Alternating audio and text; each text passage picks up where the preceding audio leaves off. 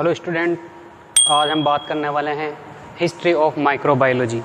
तो हम जल्दी से देख लेते हैं कि हिस्ट्री ऑफ माइक्रोबायोलॉजी का आखिर मतलब क्या होता है और इसके अंदर कौन कौन से कंटेंट आते हैं। तो हिस्ट्री ऑफ माइक्रोबायोलॉजी हम देखते हैं कि हिस्ट्री ऑफ माइक्रोबायोलॉजी का मीन्स क्या है। तो it means historical development in the field of medical microbiology.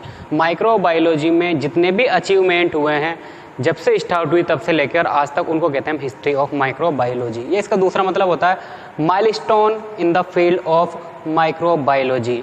Milestone का मीन्स होता है बेस्ट अचीवमेंट जो की गई है माइक्रोबायोलॉजी के अंदर, वो उसको कहते हैं हिस्ट्री ऑफ माइक्रोबायोलॉजी। हमने इसमें लिखा historical development was started by Lewis pasture.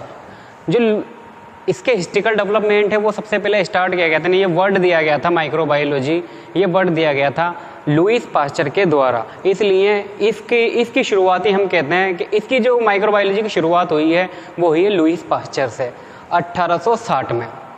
इसलिए इनको हम कहते हैं फादर ऑफ माइक्रोबायोलॉजी, इसलिए इनको हम बोलते हैं father of microbiology, father of microbiology.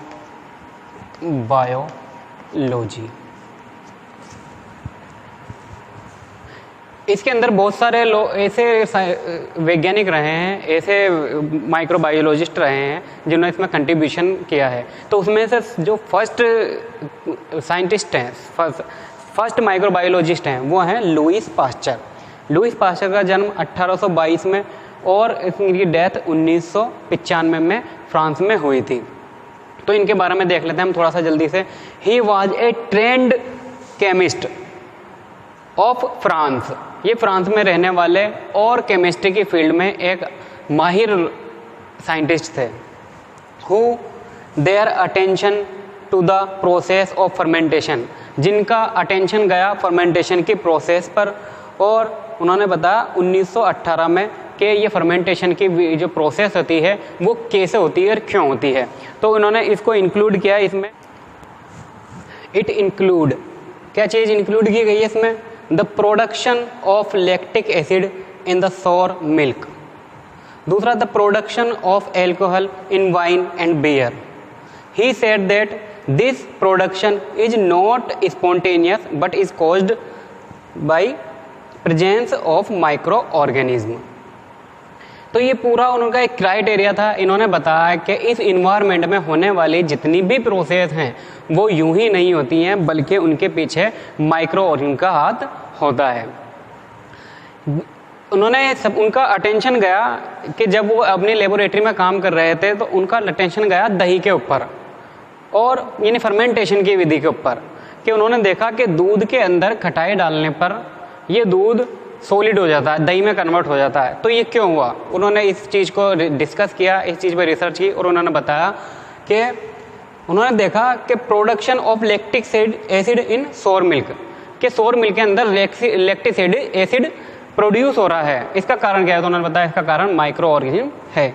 दूसरा बताया उन्होंने the production of alcohol, alcohol का प्रोडक्शन हो रहा है वाइन के अंदर और बियर के अंदर, वो भी उन्होंने कारण बताया कि ये कारण जो है वो माइक्रो का कारण है। ही said that this production is not spontaneous. उन्होंने ये बताया कि जो पहले की फिलोसॉफी थी, पहले के लोग मानते थे कि दही का बनना ये भी स्पॉन्टेनियस होता है, नेचर और प्राकृतिक होता है, और शराब के अंदर जो बदबू पैदा होती है, उसके अंदर जो यीस्ट बनती है, वो भी बिना किसी वजह यूं ही हो जाता है। तो उन्होंने उनको कंडेम करते हुए कहा कि नहीं, ये इसकी वजह यूं ही नहीं है, स्पॉन्टेनियस प्रोसेस नहीं है, बल्कि ये तो एक माइक्रोबियल प्रोसेस है, माइक्रो ऑर्गेनिज्म प्रेजेंस है, इस वजह से ये प्रोसेस हो रही है। और उनकी इस ब्रेक थ्रो पर, उनकी इस इन्वेंशन पर उनको जो नाम दिया गया, उनको वो नाम दिया गया so Louis Pasteur known as father of microbiology. इसलिए लुईस पास्चर जाने गए फादर ऑफ माइक्रोबायोलॉजी के नाम से। अब इनका इस फील्ड में और क्या क्या कंट्रीब्यूशन रहा है वो कंट्रीब्यूशन लिखेंगे हम। तो हम बात कर रहे थे importance contribution of Lewis pasture. Lewis pasture का माइक्रोबायोलॉजी के फील्ड में क्या क्या योगदान रहा है। तो हम जानते हैं कि जब वर्ड ही लुईस पास्चर ने दिया है माइक्रोबायोलॉजी, तो उन्होंने कुछ सोच समझ के ये वर्ड दिया होगा और उन्होंने इसकी स्टडी करने के पीछे अपना कारण भी बताया। तो उन्होंने बताया उनके कुछ इंपॉर्टेंस कंट्रीब्यूशन क्या क्या रहे। हमने देखा development of method and technique of bacteriology. उन्होंने बताया बैक्टीरियोलॉजी की मेथड एंड टेक्निक। हम जानते हैं बैक्टीरियोलॉजी क्या होती है।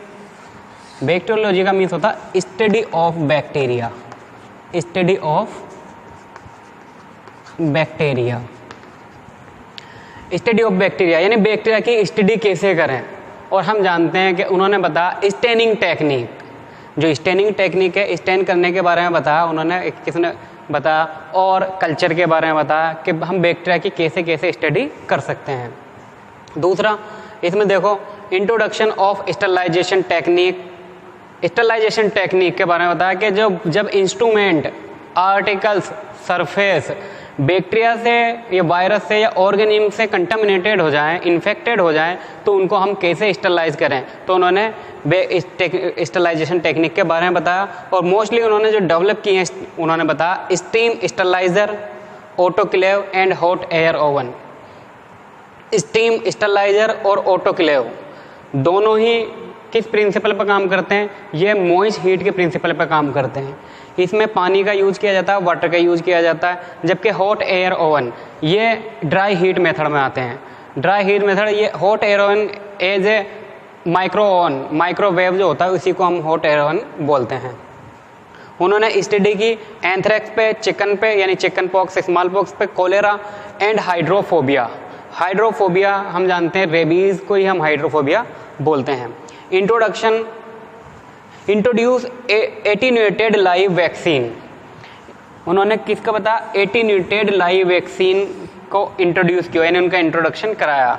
एटीन्यूएट का मीन्स होता है रिड्यूस, रिडक्शन। किस चीज में रिडक्शन, स्ट्रेंथ में, स्ट्रेंथ के अंदर रिडक्शन करना, इसको कहते हैं। तो एटीन्यूएटेड लाइव वैक्सीन, इसके अंदर लाइव एंटीजन होते हैं लेकिन उनकी बीमार बनाने की क्षमता कम कर दी जाती है। ही कॉइंड द टर्म वैक्सीन। जो वैक्सीन सबसे पहले जो वर्ड दिया है वो भी किसने दिया है, लुईस पास्चर ने। लुईस पास्चर ने ही वैक्सीन वर्ड सबसे पहले यूज किया था। इसके बाद development of hydrophobia vaccine. Hydrophobia यानी जो रेबीज के इंजेक्शन लगते हैं वो सबसे पहले किसने डेवलपमेंट की है, लुईस पास्चर ने। और इस डेवलपमेंट, इनकी इस खोज को या इनके इस डेवलपमेंट को एक बहुत ही ग्रेटेस्ट अचीवमेंट माना गया है मेडिकल माइक्रोबायोलॉजी की फील्ड में। तो हमने लिखा इज ग्रेट माइलस्टोन। माइलस्टोन में था achievement in medical microbiology. Thank you.